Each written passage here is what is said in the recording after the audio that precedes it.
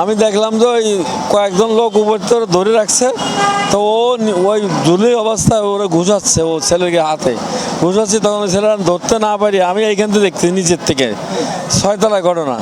তখন অনেক মানুষ, শত শত মানুষ দাঁড়ায় আছে দেখতেছে।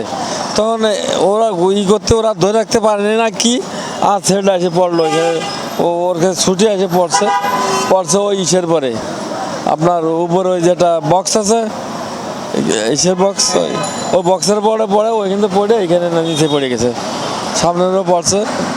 এই পড়ে অ্যাক্সিডেন্টের কী অবস্থা।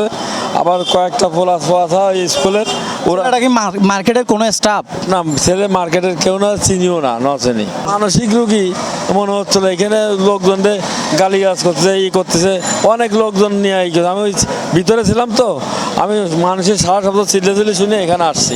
আসার পরে দেখি যে ওই ছেলেটা এখানে দৌড়দৌড়ি করে এক পর্যায়ে মার্কেটের ভিতরে ঢুকে যায়। তখন আমি নিষেধ করে তুমি মার্কেট যাও। আমার দারোয়ান ধরতে যায়, দারোয়ানটাও ঝাটকি মেরে ফেল দিয়ে দৌড় দিয়ে উপরে উঠে যায় পর মুহূর্তে এই যে এইভাবে পড়ে যায়।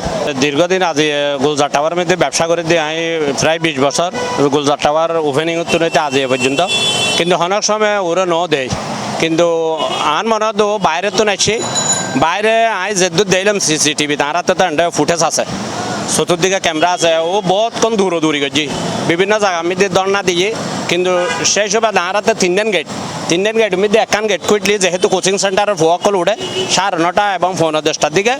এই মুহূর্তে দেখি দাঁড়ার সিকিউরিটি হলের ঠপকাইয়ারে সিকিউরিটি হলে খেয়াল করানোর পরে তারা দৈত্য চাই ধরি না পারে উর্মিকে উঠিয়ে দেখা যাত অতর্কিত ভাবে। আরও বহুত মানছি স্টুডেন্ট হলে ওর বাঁচাইতে চাই, ওই তার আর ওর কী করছি হামলা করছি এবং তারা হলে মারপিট করে পেলে দিয়ে গেছি।